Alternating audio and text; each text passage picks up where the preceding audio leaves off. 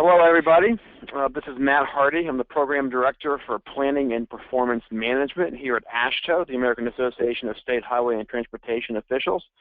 I want to welcome you to webinar number 20 in our Transportation Asset Webinar Series that have been sponsored by FHWA and AASHTO over the last 3 years.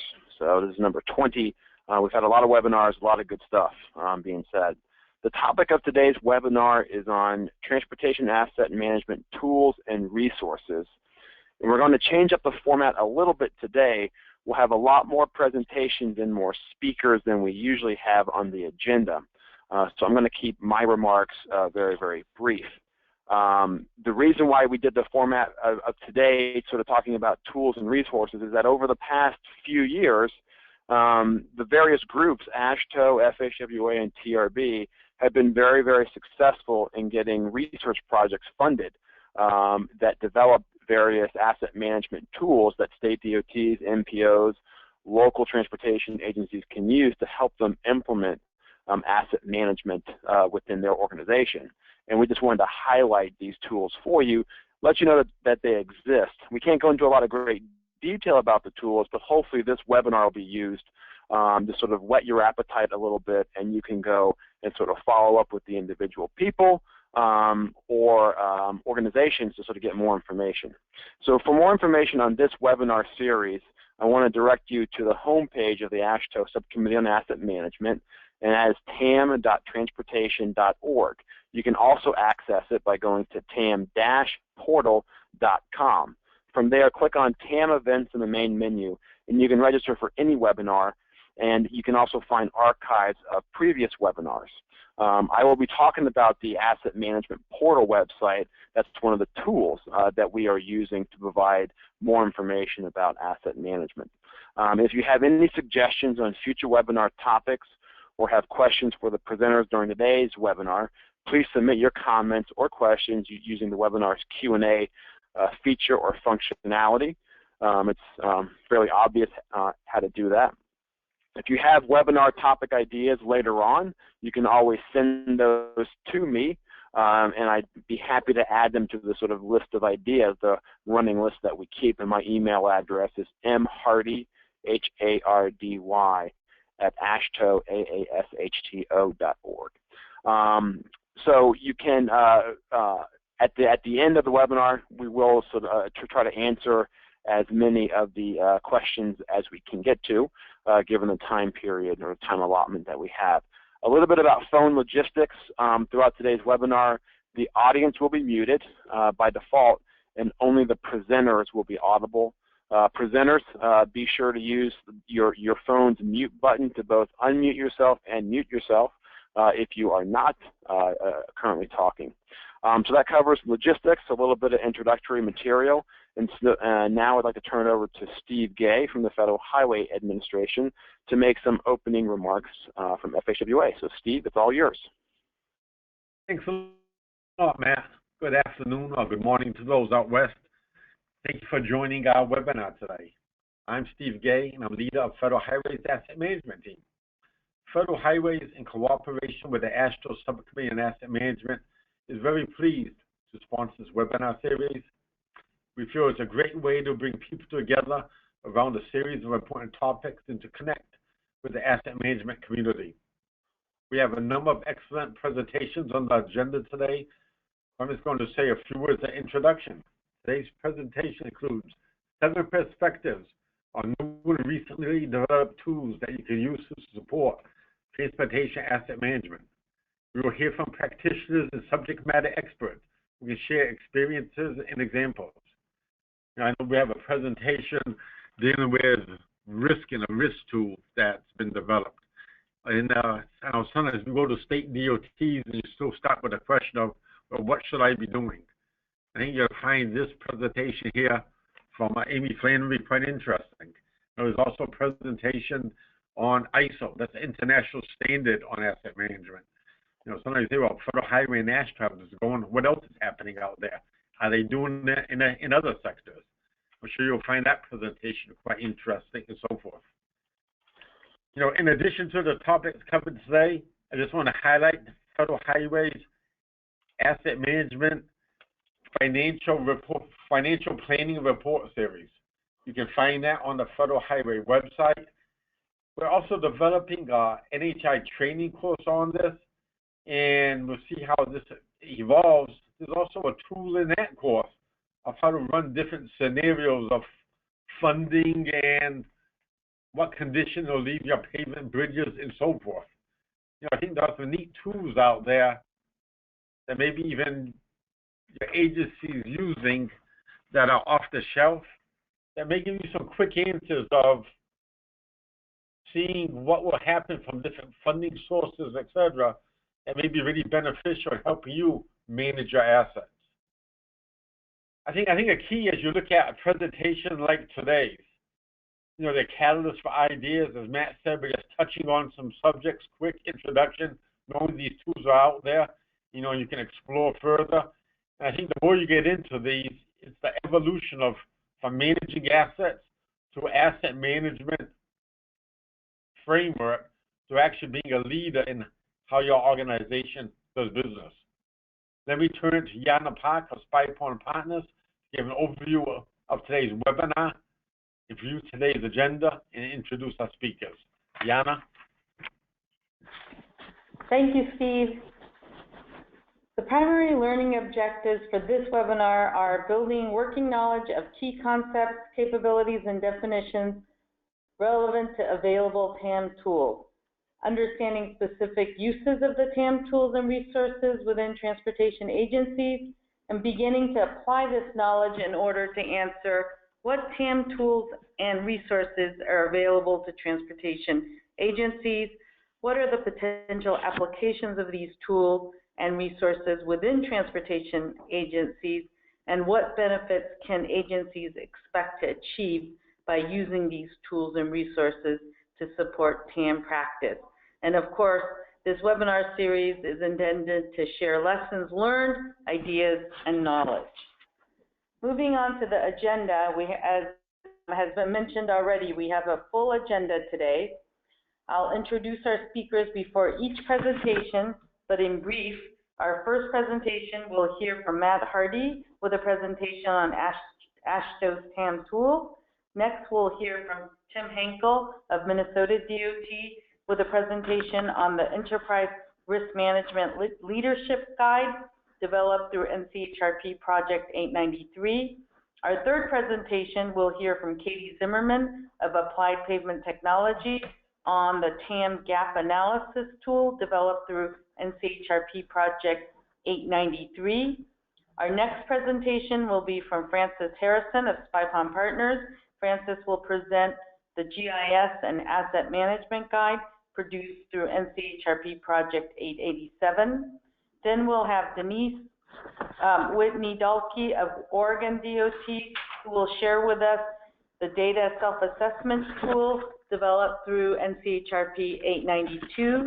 And our final two presentations of the day, we'll hear from Amy Flannery of AEM Corporation on the risk assessment methodology for critical asset protection and the J100 standard. And then from Tom Smith of University of Wisconsin on the ISO 55000 standard. So a very full slate. We'll have Q&A at the end, and just another reminder, please submit your comments or questions using the webinar's Q&A feature of the webinar menu bar anytime during today's presentations. And in response to the most frequently asked question, yes, we will make the slides and the video available after today's webinar at tam-portal.com. One final note for our presenter, just one final note, I will interrupt at times if we need to keep the schedule on track. And so let's shift to our first presentation from Matt Hardy. Matt is the Program Director for Policy and Planning at AASHTO and really needs no introduction here today. He's going to present some of AASHTO's TAM tools, including the AASHTO TAM portal. Matt. Thanks, Jana. So again, welcome everybody. So what you see on your screen right now is the Transportation Asset Management Information Portal. This was started about 2 years ago. It was funded through the NCHRP 08-36 sort of research pot. That is money that is geared towards the Standing Committee on Planning. The reason why this Subcommittee on Asset Management was able to fund it is because the subcommittee is a joint subcommittee between SCOPE, the Standing Committee on Planning, and the Standing Committee on Highways. So we funded it through the NCHRP program. It is designed to be sort of a one-stop shop for anything asset management related. And when I mean anything asset management, I mean that. From research, so you see over here with my mouse looking at sort of research documents, TAM documents. If you click here, it'll go into a, you can sort of filter and you can search by different sort of topics, keyword search, different resources. So as you go through and you select on different resources or asset focus areas, subject, agency types, the area over here on the right-hand side will sort of filter for you, and you can very quickly see what kind of resources are out there that you're interested in. We have, I think, over, I want to say 300 different resources currently sort of cataloged in this knowledge management system. An important aspect to this, though, is to sort of keep it up to date. So we also have a way for people, as state DOTs or transit agencies or MPOs, as you conduct other research, as conferences happen, things like that, you're able to sort of submit a resource so that we can add it to our database and keep this populated and up to date as best we can. So that's the first sort of area that the TAM portal is focused on, is actual research documents, tools, resources that are of interest, hopefully, to you as a transportation agency to further implement asset management in your organization. The second area is a sort of a catalog or a calendar of upcoming TAM events. So this one will show you sort of all events, and we also have it sort of sorted by webinars. So if you're particularly interested in the webinars, you can go here and sort of see what events or what webinars are up and coming. When you click on the actual event, you can go down, and especially for the webinars, there are links and everything that you can use to register for those webinars. And then meetings and conferences, and then we are also keeping an archive of the events that have taken place. Again, the only way that this can be sort of kept up to date and fresh is if we get submissions from people. So we have included the ability for folks to either submit an event via the web, or if you want to send us an email, you can do that as well. If you send it to us, we will post it to the calendar so that other folks can sort of access it and see what's going on when it comes to asset management. So that's the second area. The third area are specific tools that would be of use to a transportation agency. And if you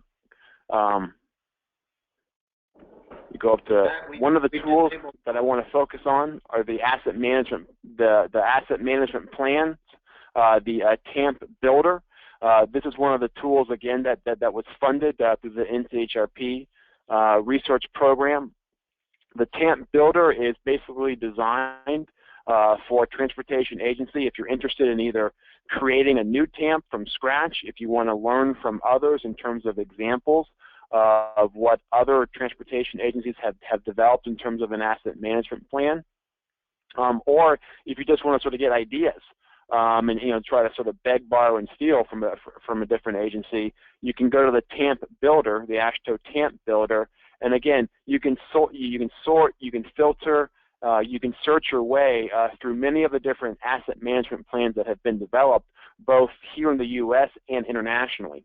And as state DOTs are implementing the requirements of MAP 21, and as FHWA finalizes the TAM, the risk-based asset management plan rule, and all the states develop asset management plans, our goal is to actually include all those links to those TAMs here, so that, again, folks can sort of learn from what other states are doing. And as transit agencies, if MPOs start developing their own TAMs, or if local transportation agencies develop their own TAMs, we hope to include those here as well. So again, so that people can sort of learn from others and not have to start from square one.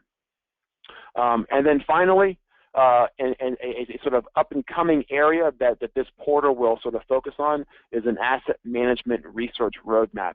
That is currently being developed right now.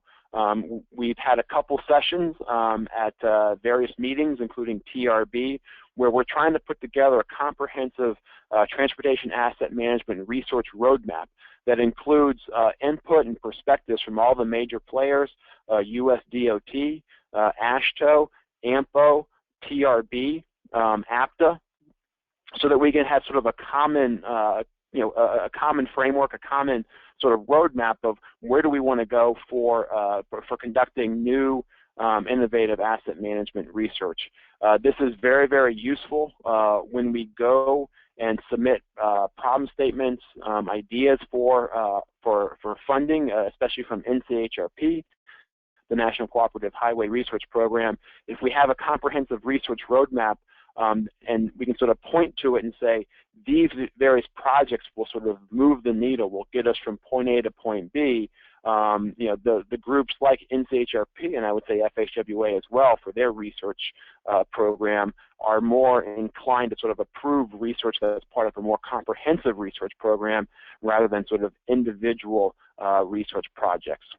The last thing that I want to sort of highlight within the asset management portal, you can also access the information by state. So we have a little state profile here.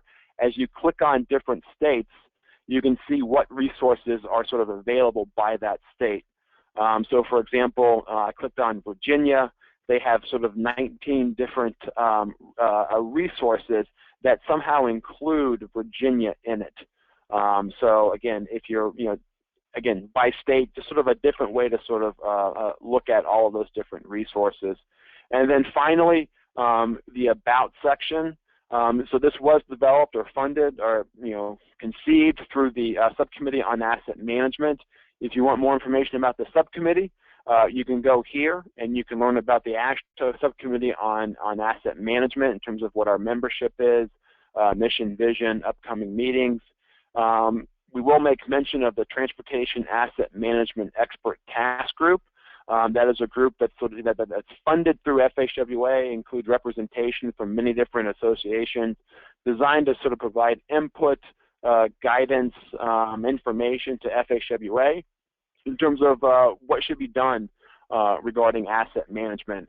And this is sort of a place where information about the TAM ETG is housed, and also talking about what is the TAM ETG, some of the publications and some of the documents, work products that they've come up with, membership, and then upcoming meetings.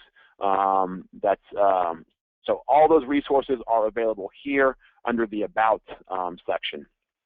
So that's all I kind of wanted to highlight. I would encourage you to please go to the TAM portal, take a look at it. If you have resources, please submit the resources. If you event, please submit it so that we can add it to our calendar of events.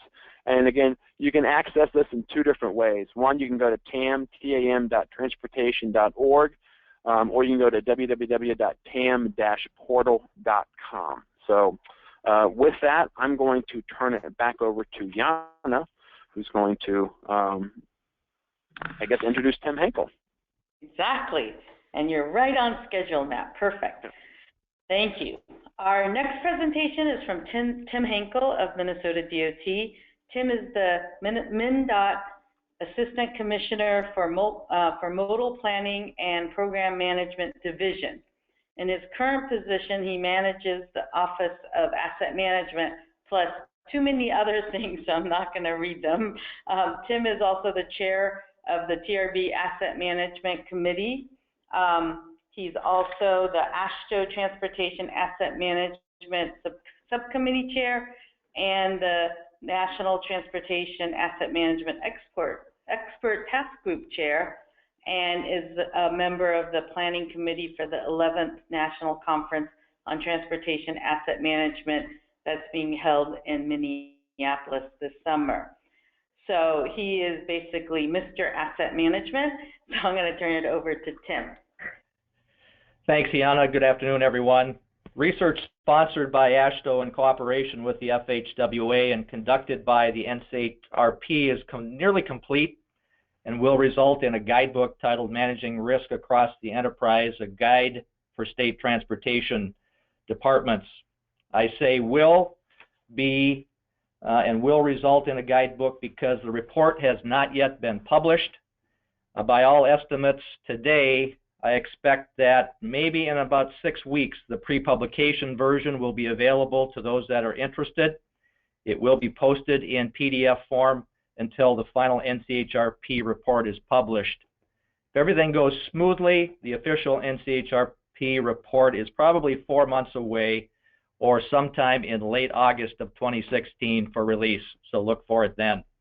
I just want to quickly cover the elements of the guide and give you some insights on what is provided.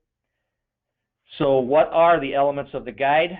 The guide will be a web-based electronic publication that explains how state transportation agencies can establish and benefit from an enterprise risk management program. It defines risk management and illustrates how it complements strategic planning and performance management within DOTs. The guide explains how the managing of risks provides agencies with a new set of skills to increase the likelihood that they will achieve their strategic objective.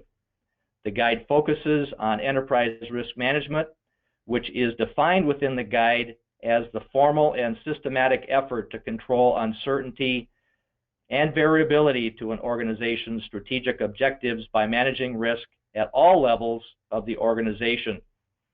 The guide also explains how to manage risks at 4 levels: the enterprise, program, project, and activity levels. The guide also includes extensive summaries of how risk management is being applied nationally and internationally to typical transportation program areas.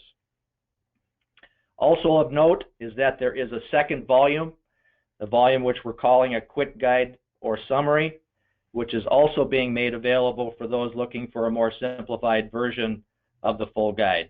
Next slide, please. The layout of the guide is very simple for the users. If you only need to understand the what and why of risk management, Chapter 1 is definitely for you. Summarizes enterprise risk management and explains its benefits while providing brief guidance on how to implement. If you want more guidance on how to create a risk management program, read Chapter 2. It presents the policies, the tools, the processes needed to create an ongoing risk management program. It elaborates on Chapter 1 with more detail on what is needed to implement and sustain an enterprise risk management program. If you plan to be a practitioner of risk management and want the day-to-day details of how to implement it, Chapters 3 through 8 of the full guide are for you. These chapters are quite detailed and describe the steps agency staff can take to manage risks at all levels of your organization. They include tools to be used in workshops to identify and manage risks.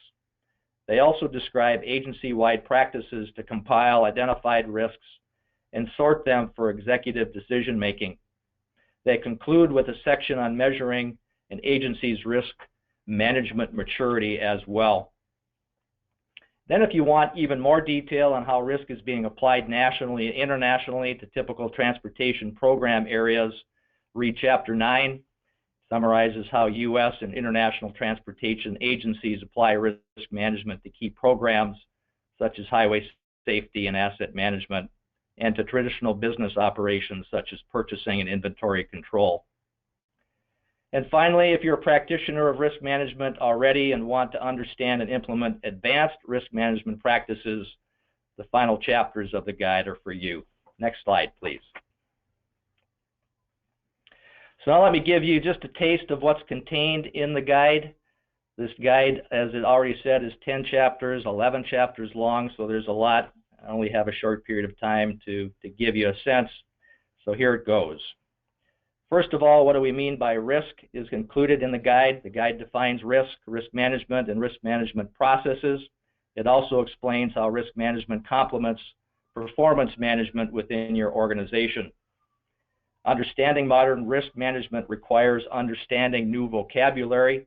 Unlike in common usage, risk involves more than just threats or hazards. In this guide, risk is defined as follows. Risk is the positive or negative effects of uncertainty or variability on agency objectives. This definition holds several implications for understanding risk management. First, risks are not always negative. Second, managing risk is about performance management. And last, managing risk is not just negative, as I said earlier, it's about managing opportunities. This last perspective may seem counterintuitive, but few risks equal few rewards.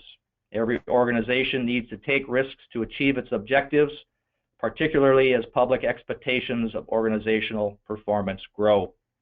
Careful evaluation can lead to well-reasoned risks that produce substantial rewards and accomplishment. Next slide, please. Guide makes note of the influence of international risk management practices on U.S. transportation laws. This graphic illustrates risk management as an enabler of performance management and asset management to achieve the agency's strategic goals. Both performance management and asset management objectives can be stifled by risks and uncertainties. Failing to acknowledge, measure, and manage these uncertainties is to overlook obvious risks that affect the credibility and success of the agency's decisions. Next slide, please. The guide provides a few reasons why state DOTs should manage risk, a question that many agencies are asking today as they're already responsible for asset and performance management. It notes, first of all, the obvious, stating that risks are inevitable, and suggests that if something is inevitable, it's irresponsible to ignore it, therefore concluding that we practice either risk management or crisis management. It also notes the less obvious. Managing risk complements performance. The expansion of enterprise risk management reflects the growing expectation that executives need to manage risks to accomplish the organization's objectives. The concept is that risk management is the mirror image of performance management, as the graphic shows. Without controlling risks, performance is difficult to guarantee.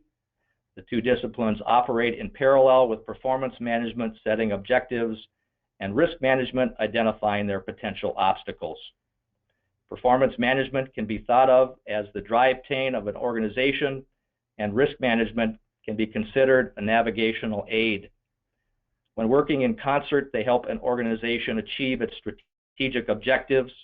The disciplines do not compete, but instead complement each other to support strategic objectives. Next slide, please. The guide also recommends applying risk management at 4 levels of your organization. Those levels include the enterprise level, program, project, and activity, although the levels can vary by the framework adopted.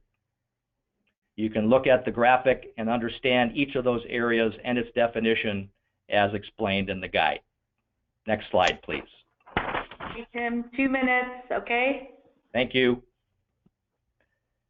The guide also assigns responsibilities at the strategic level, the program level, the project level, and the activity level, providing the reader with an understanding of who should be responsible for various levels of risk within the organization. Next slide, please. The guide also provides risk managers with risk evaluation tools. Among the most important tool the risk manager can provide the staff are risk registers and risk consequence tables or scales, as seen in this graphic. These generally are simple tools, but they are used almost universally to document the consequences and likelihood of risks and to note what treatment options are to be taken. Next slide, please. The guide uses a basic risk management framework, this one published by ISO in 2009.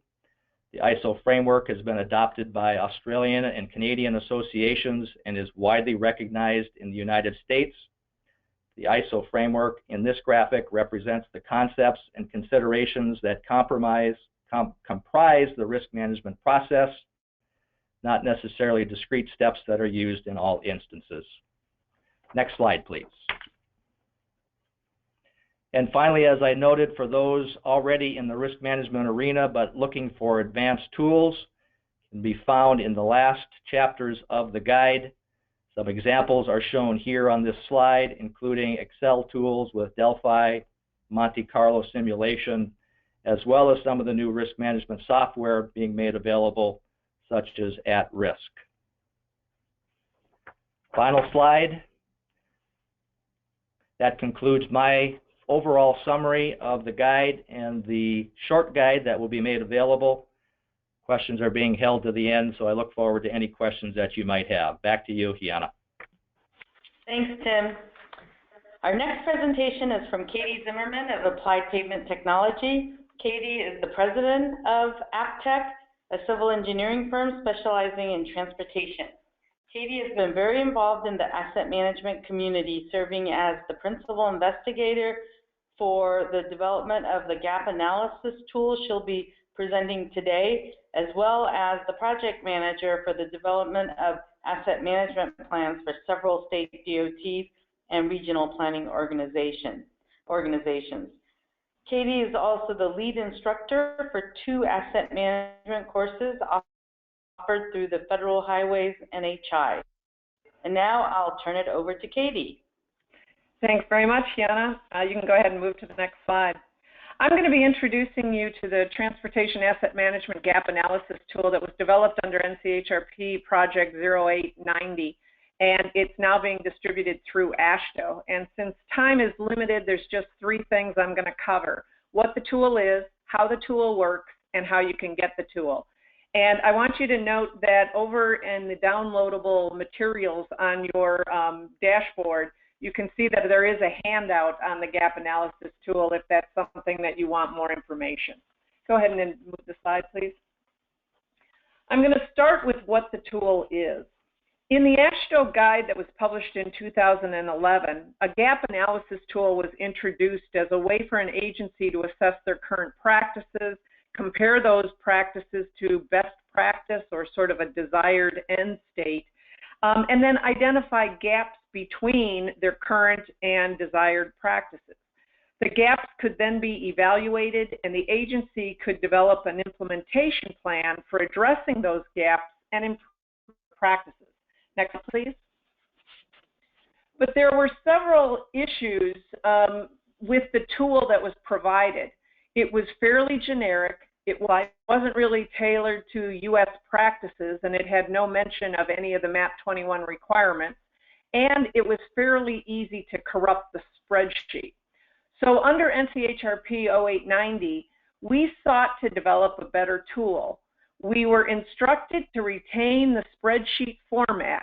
So we ended up with an Excel spreadsheet tool, but we also added a sophisticated user interface to make it easier for the user. There's a lot of flexibility in how the tool can be used and tailor it to each agency's needs, but I'm going to talk about that a little bit more later on. Next slide, please.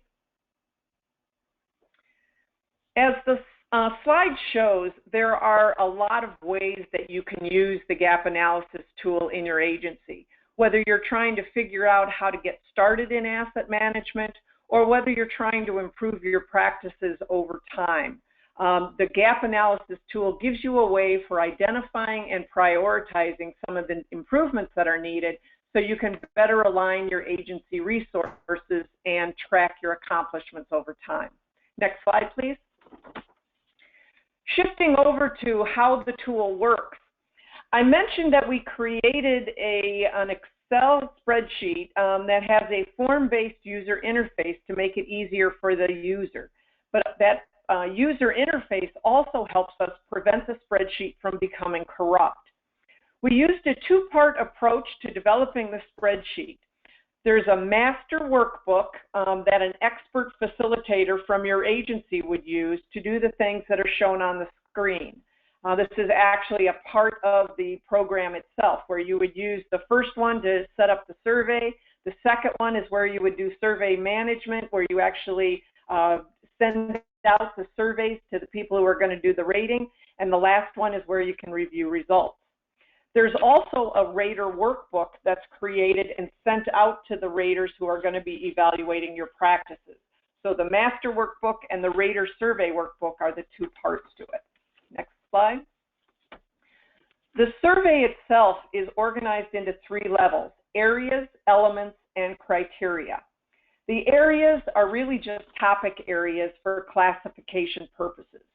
Elements are subsets of the area, mostly used for organization. The criteria are what are actually going to be rated, and the results can be evaluated at any one of these 3 levels or at all of the levels, depending on how you want to use it. Next slide. This slide captures the areas and elements that are provided in the survey, and in parentheses are the number of criteria that can be rated in each one of the elements. So for example, area number 4 is data management, and you can see that it has 3 subsets or elements under it: asset inventory, asset condition and performance, and data governance. And within each one of those, there are 8 or 9 different criteria that a rater would rate. Now, all of this is totally customizable. So you can change the wording if there's a particular way you guys express something, or you can add and delete areas, elements, and criteria. So it's totally customizable. We also made it so there's always one copy of the original survey that's retained in case you ever want to start over again. Next slide. Once you've established the areas, elements, and criteria that you're going to be using, you can then set up the rater survey. And you can totally customize who gets what part of the survey so that people don't have to be evaluating things they aren't familiar with. In this example, on the left-hand side, you can see that we've set up 7 different groups who are going to receive the survey. And you can create as many groups as you want to with the tool. Then on the right-hand side, what we've done is we've picked the part of the survey that each group is going to get. So in this example, we've chosen that the asset managers are just being asked to rate information on data management, information systems, and results. So that's the only part of the survey that they're actually going to receive. Next slide. This is an example of the rating worksheet that each of the raters would receive, and it will only include those parts of the survey that you select for that group. The yellow are the criteria that each one is going to be rating, and they're written in a way that represents best practice. Now again, you can modify the wording if there's a particular program or a report you want to reference. So for example, if you're evaluating your pavement management system and you want to insert the name of your program, you can add that to the criteria. The form allows the rater to set a target score of the desired performance that you want to enter, as well as your current rating for that area.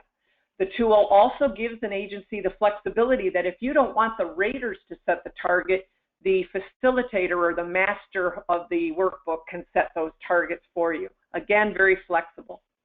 The status column on the far right changes and complete the survey so they know where they are at all times, and if they need to go out and come back and finish the survey later, they can see what parts still need to be done. At the bottom of the screen, you can see a little button that says View the Rating Scale, and if we go ahead and advance the slide, pops up when you pick that. It's just a scale on a 1 to 5 basis that allows you to have some consistency in your organization as to how people are rating some of these criteria. Next slide. And another slide, please. The results are available in tables, graphs, or spider charts, and the information can be exported if you want to work with it in Excel. We've made the reports available to look at 1 year, or you can compare results from 2 years. You can also look at results for the entire agency, or you can look at any subset of the results. So if you, for example, want to see how executives rated something and compare that to the rest of the organization, you can run a comparable result that lets you do that. Next slide, please. My last topic is how you can get the tool. And as I mentioned, the tool is being distributed free of charge through AASHTO, and you can get it from the TAM portal that Matt introduced earlier. All you have to do is select where that arrow was, and it's going to take you to this page where you can download the spreadsheet tool, the user's guide, and what we call a quick start guide to make sure that your computer is currently set up appropriately to use the program. Next slide. It's amazing. It's a very powerful tool that I think can be helpful to a lot of organizations, and I hope that with this introduction I've piqued your interest and you all explore the tool a little bit further. When we cover questions at the end, I'd be happy to cover any questions that you may have on the tool. Thanks, Jana. Thanks, Katie. Our next presentation is from Frances Harrison at Spy Pond Partners. Frances is a founding partner of SPP and has over 30 years of experience in transportation consulting and directing assignments for state DOTs and other transportation organizations. Frances currently focuses on improving transportation agency decision support through a combination of business process and information systems improvements. Her career has encompassed significant breadth of topics, including performance management, transportation decision support tools, data integration, asset management, knowledge management, maintenance and operations, corridor planning, and special needs transportation, and plus more, but I won't keep going. I'll turn it over to you, Frances. Thanks, Jana. I'm going to talk today about a project that was completed a couple of years ago, NCHRP 8-87, and the project was about how to use GIS as a tool for implementing and strengthening asset management practice. Next slide. So the purpose of the project was twofold. First, it was to develop guidance for DOTs and other transportation agencies on how to leverage the capabilities of GIS technologies to enhance asset management capabilities. And that guide, the guidance was published as NCHRP Report 800. The link to that report is shown below. And then the second one was to encourage more extensive adoption of this using the guidance, but also by conducting some pilot demonstrations in a few states. And those pilots were conducted in in Iowa, Colorado, and West Virginia. And there's some video kind of animations that you can watch to actually show these applications by following that second link. Next slide. The guidance was delivered as a 2-volume set, an executive guide and an implementation guide. The executive guide is pretty brief and very graphical. It's a quick read, and it provides a very high-level view of fundamentals of GIS and fundamentals of asset management. And it talks about what some of the most compelling opportunities are to make use of GIS within an asset management program. It has a quick checklist, so you can kind of take a test to see what your agency is doing and what your agency is not yet doing in order to kind of chart a course and identify steps to move the agency forward in building its capabilities. Next slide.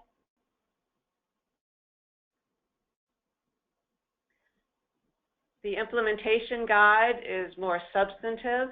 It has 4 different sections. The first section goes over the fundamentals of how GIS is defined and what some of its elements are.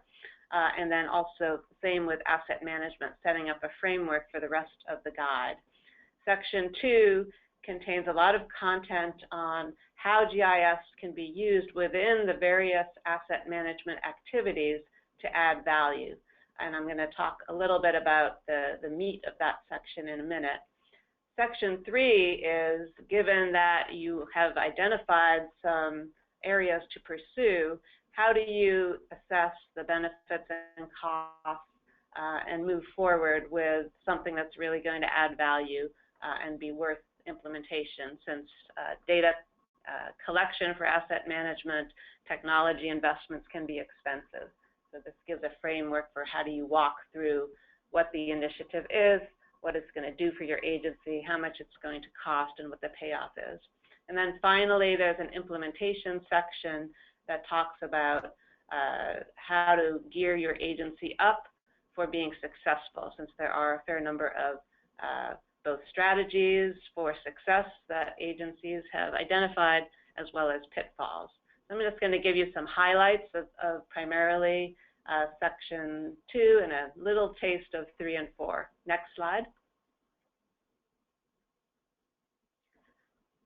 So the discussion of opportunities in the guide was split into 5 major activities in asset management: understanding what you have, that's the state of the asset, where your assets are and what their condition is; assessing and managing risks associated with your assets; identifying needs and work candidates; then developing programs for improvement; and finally managing and tracking work. So there are different GIS applications that can be used to help within each of those areas. Next slide.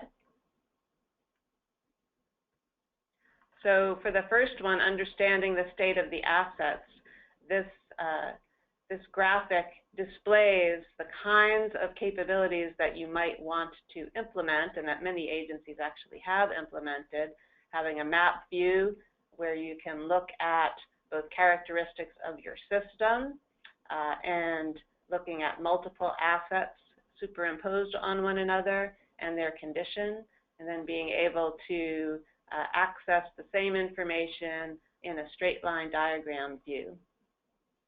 This kind of represents the state of the practice in many agencies that we looked at during the course of this research. Next slide. Hey, Francis, you have 5 minutes, okay? Okay, yep. The guidance identifies some of the common types of data that, geospatial data that you might want to include in some of these GIS capabilities. So this is an example of the layers that you might consider in terms of understanding the state of the assets. Next slide. This one is on risks.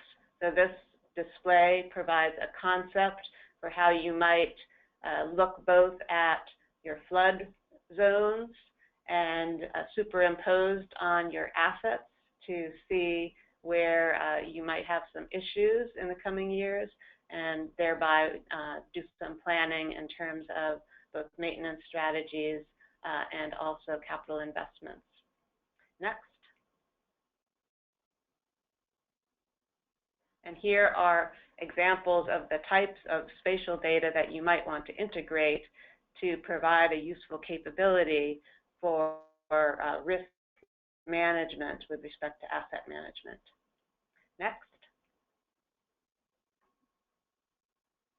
Using GIS to identify needs is an area where many agencies are still working on, but this provides a vision for a capability that one might develop where you can simultaneously look at the needs that you've identified for different assets based on condition and superimpose that with other information like safety, hotspots, what your priority corridors are from a freight perspective, and just general system classification information.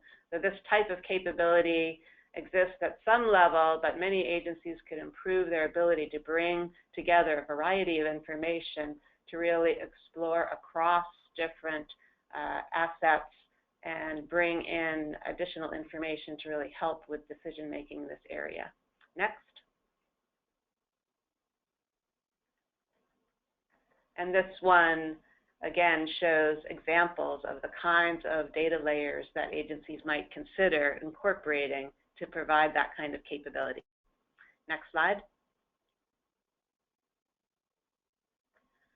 This one illustrates one possible use of GIS to develop programs, in this case looking on a map at different scenarios with different levels of funding and displaying perhaps results of asset management systems or other analyses that show the visual impact of what the resulting condition might be under each of those scenarios.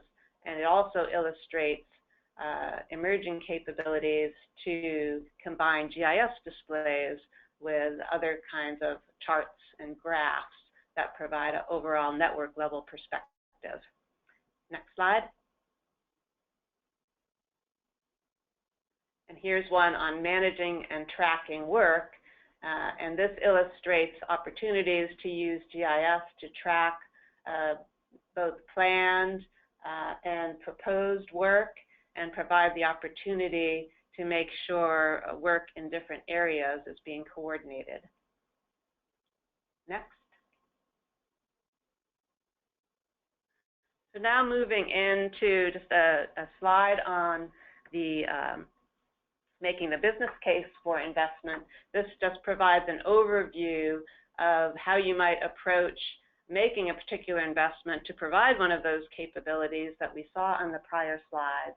The guide walks through each of these steps and provides a worked example that agencies can base their own analyses on. Next.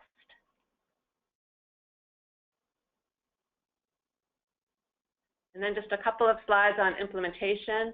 This one illustrates if you're going to think about investing in a new spatial data set to support asset management. So you're going to go out and collect spatially referenced data on guardrail or culverts or whatever.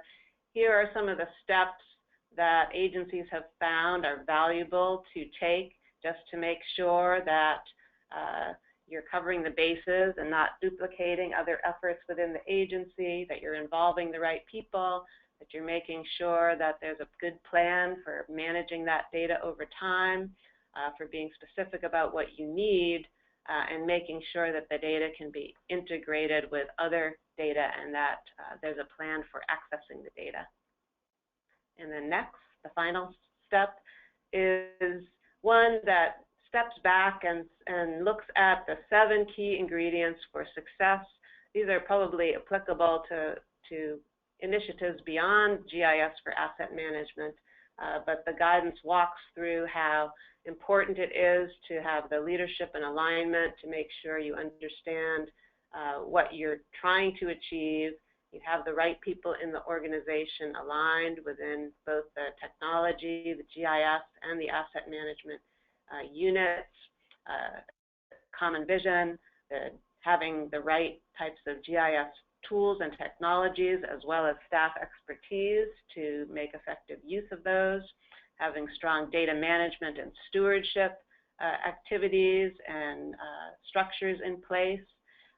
So with those 3 as the foundation, then making sure that your foundational geospatial data is in place, your linear referencing, your base maps, et cetera, that you really need to build on for asset management applications. And then the last 3 are having consistent data standards in order to integrate data about all of these assets and about projects and work activities. That's often a stumbling block.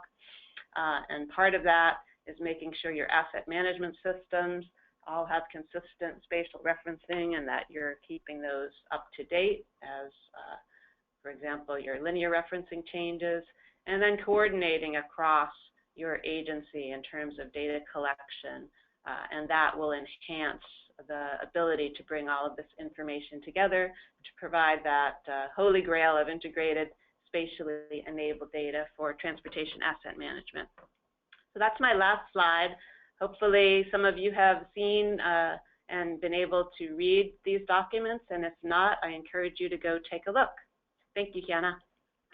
Thanks, Francis. Our next presentation is from Denise Whitney-Dalkey of the Oregon Department of Transportation. Denise is an information strategist for ODOT. She is the project manager for the first agency-wide strategic data business plan. Her primary areas of focus include facilitating improvement process and piloting new tools for data and information development, management, and sharing. She joined ODOT in 2003 as an economist. Now I'll turn it over to Denise. Thank you, Kiana. So I'm going to talk about, oh, it looks like we're a little bit different slides than I was anticipating. That's okay. But I'm going to talk about the data self-assessment guide in the context that we've been using the tools in part to help you understand how flexible they are. So we used the two primary tools from the data self-assessment guide, but also some of the supporting tools. So the context that we did it in was primarily for the development of our strategic data business plan, and we're in that process right now.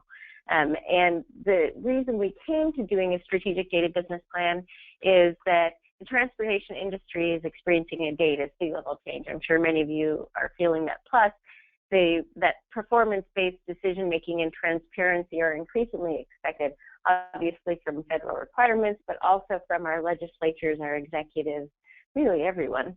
And new agency strategic interests and innovations are adding to the collection and information development efforts. And of course, funding hasn't kept pace with the expansion of expectations. So let's go to the next slide.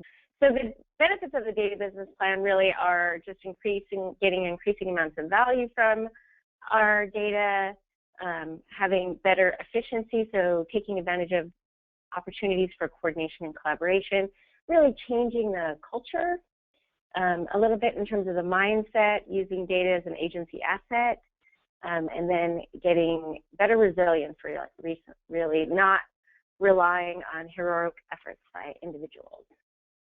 So we used actually a lot of the flow of the process, which is, preparing by assembling a team, establishing assessment goals, and then doing your assessments, determining gaps, and then allowing that to help you prioritize improvements. But we did it in a little bit different context, or used different groups. So for instance, for the strategic data business plan wide assessments that we did, the team was really our project steering committee, whereas when we were testing tools for Toolbox, which is what we're also trying to produce at the same time, we used the data value assessment tool to also gather a team that was specifically helping us focus on testing that for our use. Okay, so we essentially used the tools three different ways. We used the data value assessment tool, as I said, to help build a toolbox for us. And then we also used the data management assessment to do an agency-wide data assessment that helped us create a baseline for the program itself, for the strategic data plan itself, but also helped us to prioritize some of our strategic efforts.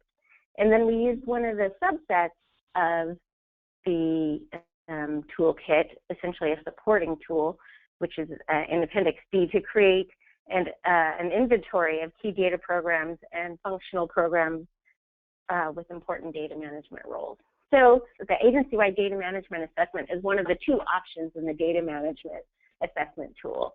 And what we did is we had developed goals and objectives for stakeholders. So essentially what we've done is we've taken our goals and objectives and we modified this agency-wide data management assessment in small ways to better reflect our goals and objectives. The nice thing about the data management maturity levels and that model structure is that it is easy to make those kinds of adjustments for meeting your own needs.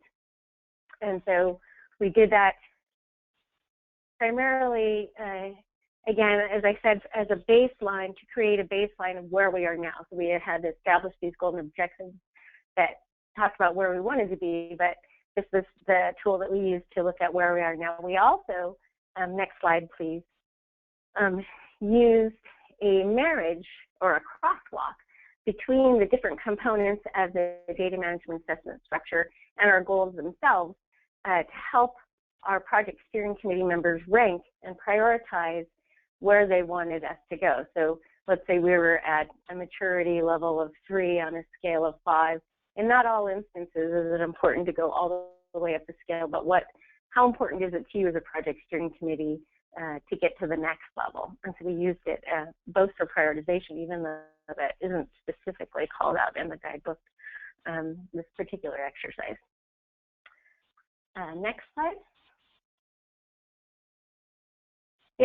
This is part of one of the supporting tools, which is in the Appendix B, and it's really to help you get a data program inventory. And so what we decided to do is to use this supporting tool to help us develop a list that will support a high-level data catalog for us in the end.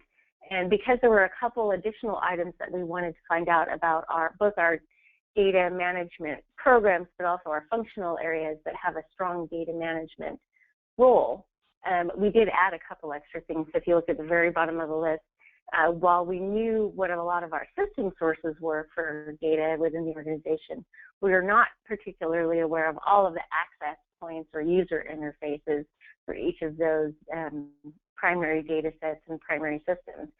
In addition, I think many of us in DOTs are struggling to get the specialized knowledge and skills we need for an increasingly data-centric world.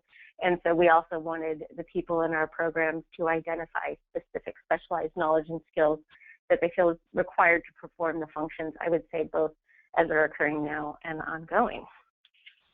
Next slide. So again, just to kind of wrap up, we essentially used it to design a program inventory, data program and functional area inventory for our data catalog. We have used the tools to create a baseline for agency-wide data management maturity and for prioritization of development strategies. And we also are using the assessment tool, the value tool, as part of our broader toolkit to help us understand the data value from the customer perspective. So that's it. Thank you. I'll take any questions at the end. Thanks, Denise. Our next presentation is from Amy Flannery of AEM Corporation. Amy is the transportation engineer specializing in multimodal analysis, highway operations, level of service modeling, and safety analysis. Her most recent projects include developing an economic justification process to assist Colorado DOT and Federal Highway with the decision-making process regarding replacing damaged assets from the 2013 Colorado floods. She was also the principal investigator for NCHRP Synthesis 2005 Topic 46-15, Life Cycle Cost Analysis of Preservation and Replacement of Highway Assets, seeking to better understand the gaps in the application of LCCA among state DOTs. Amy is presently the Director of Transportation at AEM, and I'll turn it over to Amy. Thank you very much. Can you hear me? Yes. Okay, just wanted to double check. Thank you for the opportunity to talk to you a little bit about some of the work that we've been doing in Colorado following the 2013 floods and the process that CDOT is now moving over to their asset management program. RAMCAP Plus is a risk and resilience framework that grew out of a White House initiative to address 18 critical infrastructure sectors, including transportation, in terms of risk and resilience. It's referred to as an all hazards risk assessment framework. And on the right-hand side of the slide are the 7 steps that you follow in a RAMCAP process that range from understanding what are the assets that you own and operate, to understanding the threats that are applicable to those assets, the vulnerability of your assets to those threats, and then actually steps 6 and 7 are the 2 steps I think that are most important because they drive home the quantitative methodologies that are embedded within a RAMCAP process. So it allows you to look at a annualized risk in terms of dollars and cents to your assets from these threats that are applicable to your assets on the system that you own and operate. AEM has been intimately involved in the development of a standard on the water and wastewater sector. It's an ANSI standard, referred to as the J110. And I have a slide later on that'll give you some more information on that if you're interested. We've been using this same process in Colorado to assess the replacement of assets that were damaged in the 2013 flood event. And again, CDOT is moving this process over to their asset management side through a pilot effort on I-70. Next slide.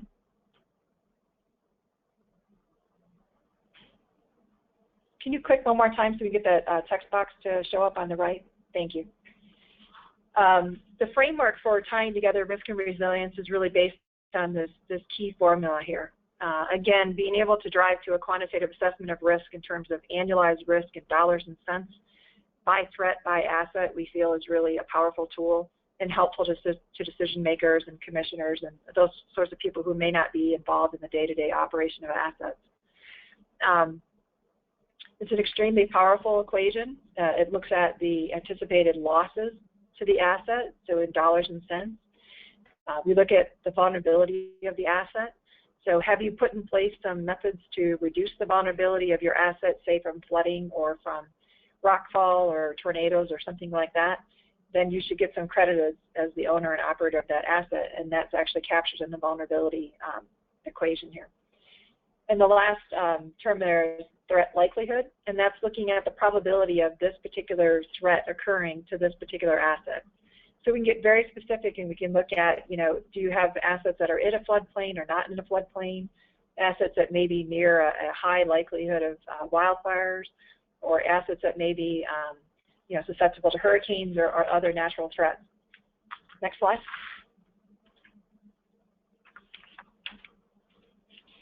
And the other thing that we can do through the method is actually look at the culmination of the risk. So for example, if we want to talk specifically about flooding, we can look at the risk to the asset from, say, a 10-year event, a 10-year flood event versus a 100-year flood event versus a 500-year flood event. And we can actually sum those up and come up with an annualized risk to that asset from flooding, for example. And this allows you to take into account, for example, the low likelihood of, say, a hurricane Category 5, or maybe the high likelihood of a hurricane or a flood event that may be on a 10-year horizon. So it allows you to look at an annualized risk to each asset by each applicable threat. Next slide. I mentioned the J110. The American Water Works Association, which is an entity similar to AASHTO, has developed their own industry standard. It is an ANSI standard. It has a lot of information in there which helps agencies get into the guts, so to speak, of how you do risk assessment. It provides lookup tables and information to help each agency understand how their particular assets will perform under specific threats. And we found that that was very useful to Colorado, and we're developing a very similar process for highways following these same approaches that are in the J110 standard as well as the RAMCAP process. Next slide. And it's provided some contact information for you here. Should you have any questions, feel free to reach out to me by email or phone. And I'll be happy to take questions at the end as well. Thanks, Amy. And our final presentation is from Tom Smith of the University of Wisconsin. Tom is the Program Director in the Department of Engineering Professional Development at the University of Wisconsin-Madison. His research and teaching focus on engineering leadership and physical asset management. He's the founder of the UW's award-winning Master of Engineering Management degree. He served as a U.S. delegate and task group leader for the ISO Standards Committee on Asset Management, ISO 55000, that he's going to speak about today. Tom is a member of the faculty of the Institute of Asset Management and author and frequent presenter at asset management events around the world. His white papers and course information can be found on his LinkedIn page. I will turn it over to Tom. Okay, thank you very much. I think I realize there are some advantages to going last. I've heard a number of familiar words and familiar phrases and familiar concepts, and I think that as I walk quickly through ISO 55000, you will find a lot of commonality with the things that we've been talking about for the past hour or so. So the next slide, please. We've been talking about asset management for a long time. It goes back to the mid 80s, actually, the first time when the publication, the old chestnut called Fragile Foundations. New Zealand was the first country to actually set up some national asset management standards. There's been quite a bit of activity in the U.S. since then. The current ISO 55000 standard is really based on work done in the UK under the publicly available standard 55, and some of you may have encountered that in your careers. So ISO 55000 work was begun in 2010, and the standard itself was published in 2014. Next slide. There are 3 documents, just like all of the ISO management systems standards. ISO 55001 contains the requirements. 55000 is the intro, and 55002 is a guidance document. It's a similar structure to ISO 9000 or ISO 14000. I would mention that we use asset management system as a shorthand. The actual title of the document is a management system for asset management, and it refers to the standard practice in ISO of treating things that have a high level of generalizability to bring them up to the level of management system, as opposed to trying to write performance standards. You can get the standard from ISO itself. You can get it from ANSI. It is now also an ANSI national standard, or you can get it from the Institute of Asset Management, and I'll talk a little bit about the IAM towards the end. Next slide. It takes quite a group to write an ISO standard. There were about 70 delegates that stuck with this program through the 3.5-year process. They came from 37 different countries. To get a standard approved, the ballot has to be consensus, and in this case it was unanimous. The standard at this point has been translated into more than a dozen languages and has been adopted as a national standard by most of the European Central and Northern European countries, Canada, UK, South Africa. It's gaining traction very rapidly and gaining usage around the world. Next slide, please. We had a lot of trouble with this diagram. It took us a long time to come to the way of picturing it, but I think it's very helpful to realize that the asset management system is managing assets. In this case, the way the standard defines the subject of asset management is that it's the portfolio of assets that are within the scope of the management system. You run into the use of the word portfolio in many cases to refer to all assets that the organization controls. But I think that in this case you have to realize that you may specify a subset of assets that are going to be managed by the asset management system, and that's part of the normal ISO certification process, specifying that portfolio. Next slide, please. ISO looks at a number of reasons for writing global standards. I think these are all pretty clear, and these really go back to the ISO 9000 quality standards. But and for a U.S.-centric operation focus like transportation, I think they're quite important. Okay, next slide, please. Could I have the next?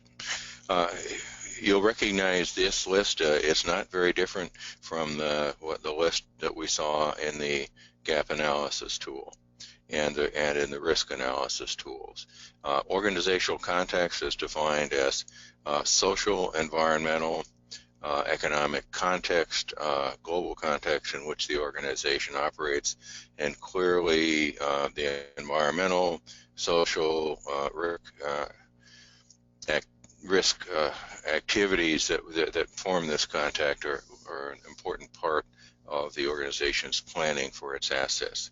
I often say to an audience that the assets have taken on a leading edge of exposure within many organizations, and the organizational context highlights that. Leadership commitment and direction is required. Planning at every level is required, and organizational support, operational control, evaluation, and improvement. I think these are things that you've heard about in the other presentations. This is the standard outline for an ISO management system standard. Next slide, please.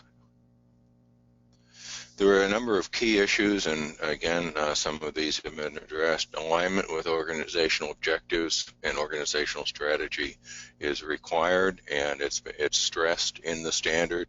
I think those people who were involved in previous efforts in asset management realize that separating assets, managing those assets outside of the organizational strategy and objectives was really not very successful. So there was a lot of discussion, and throughout the document, the alignment with strategy is quite clear. Lifecycle management is required.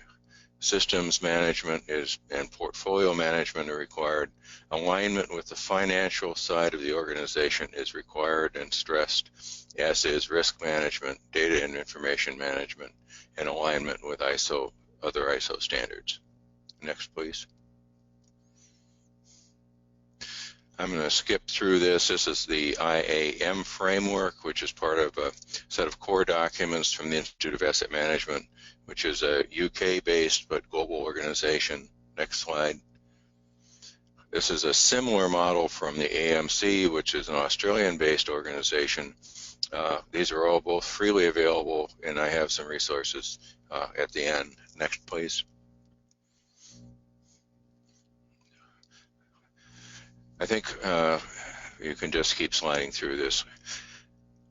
The key thing, I think, to understand about asset management in the view of ISO 55000 is that we've essentially moved from the lower right on this chart to the upper left, that we've moved from a maintain and renew focus to a systems and portfolio focus in service to the organization.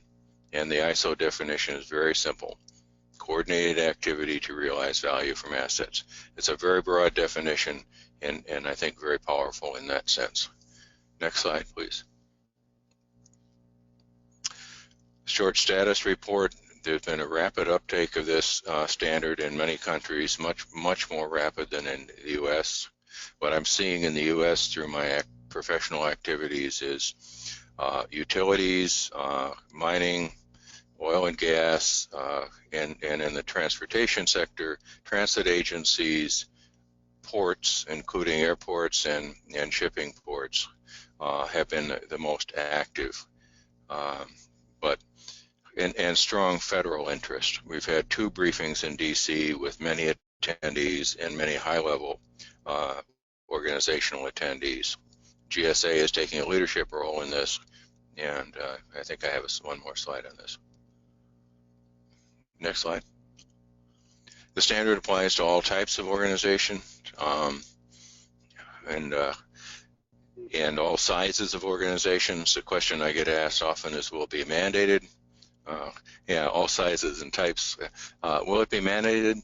There's a lot of discussion at the meetings I've attended in Washington around the OMB circular, which says that agencies must use voluntary consensus standards and I think it was certainly, we had a lot of discussion around that with the federal agencies. And GSA was one of the leading advocates for this standard in their own operations. Next slide. This is the resources page. IAM, you can become a member of the IAM and buy the standard through them. The Asset Management Council in Australia is very active, and both the IAM and the Asset Management Council have many, many members from transit and transportation. University of Wisconsin, we do a number of short courses in the area of asset management, and I'd be happy to provide any further information that I can. That's the end of the slideshow. Great. All right, thanks, Tom. So this is Matt Hardy, sort of wrap up here a little bit. We are almost right on time. So that concludes the presentations for today. I want to thank all the presenters. I know that we're all busy. We all have day jobs, so doing this takes time out of that. So thank you very much for giving your valuable time up today to participate in the webinar. I think we've all learned a lot from it. We do have some time for some Q&A, so we're going to do that now. Again, if you have a question, please use the Q&A functionality on GoToWebinar to type in your question, and I'm going to take a moment and sort of try to go through them and see if there are any. And we have a whole bunch of them. All right. I'm going to turn to Perry. Have you been looking at these, Perry? Yep. So the first one is for the first one is for Denise. It's from Gloria Jeff. ODOT, how are you working with your MPOs, not Portland, is the question. Does he mean specifically around the strategic data business plan? Is he talking in general? I mean, that's a pretty broad question. Right. I think specifically around the strategic data business plan, but it's not stated. Oh, in general. An update just came in general. Well, we certainly work with them.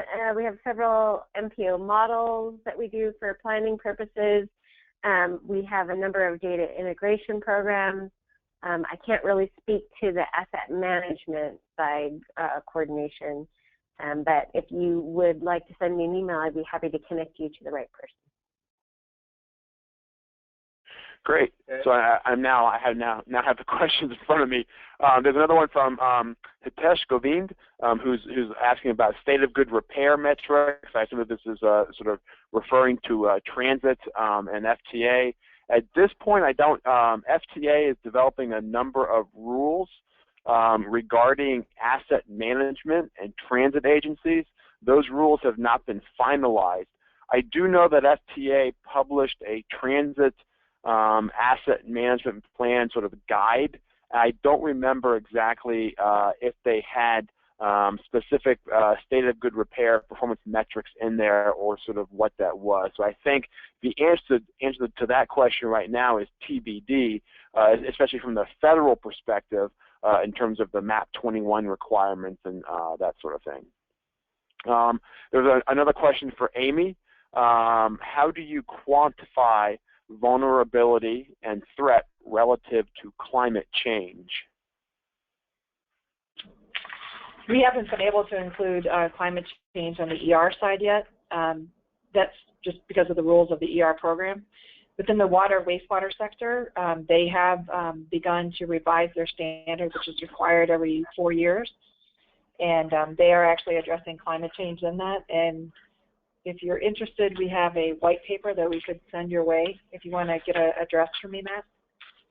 Or I could just send it in general back to Perry for distribution.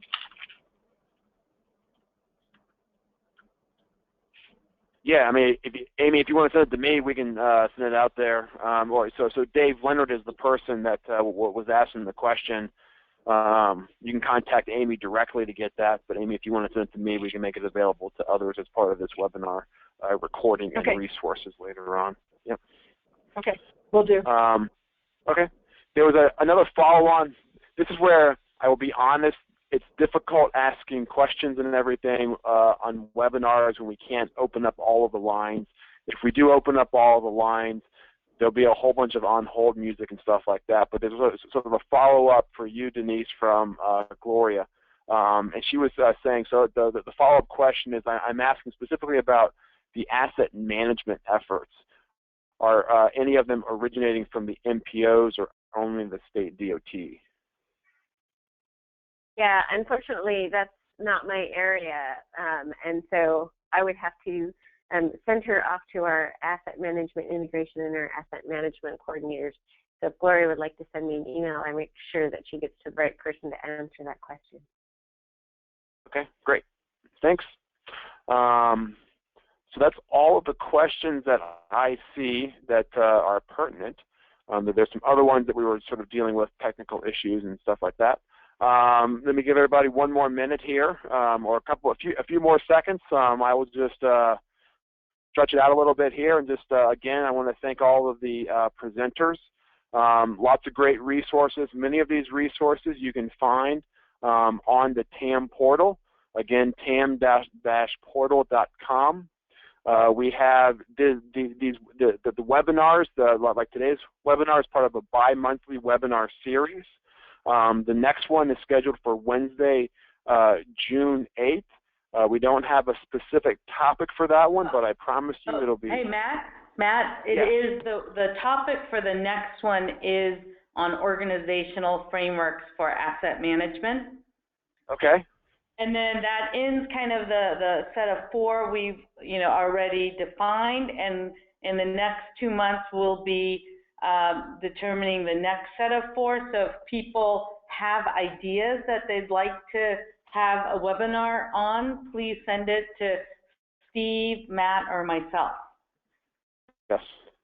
And again, I mean, these ideas come from you guys, from the practitioners. We need your support, your ideas for these webinars. We've had over, I think, we had about 170 people attend today's webinars. Today's webinar. So I think it was very popular. But again, we need those ideas coming from you in terms of what those topics should be. One that I was sort of that was talked about in different meetings is the application of asset management from sort of other industries, other areas. How can that be applied to the transportation sector? Sort of lessons learned.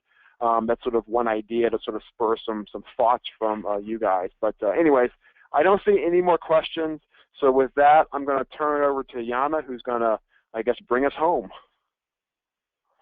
All right. I think, Matt, you did the final slide, which is on the June 8th webinar, and that you can get more information on tam-portals.com. Thank you, everyone. Bye. Thank you.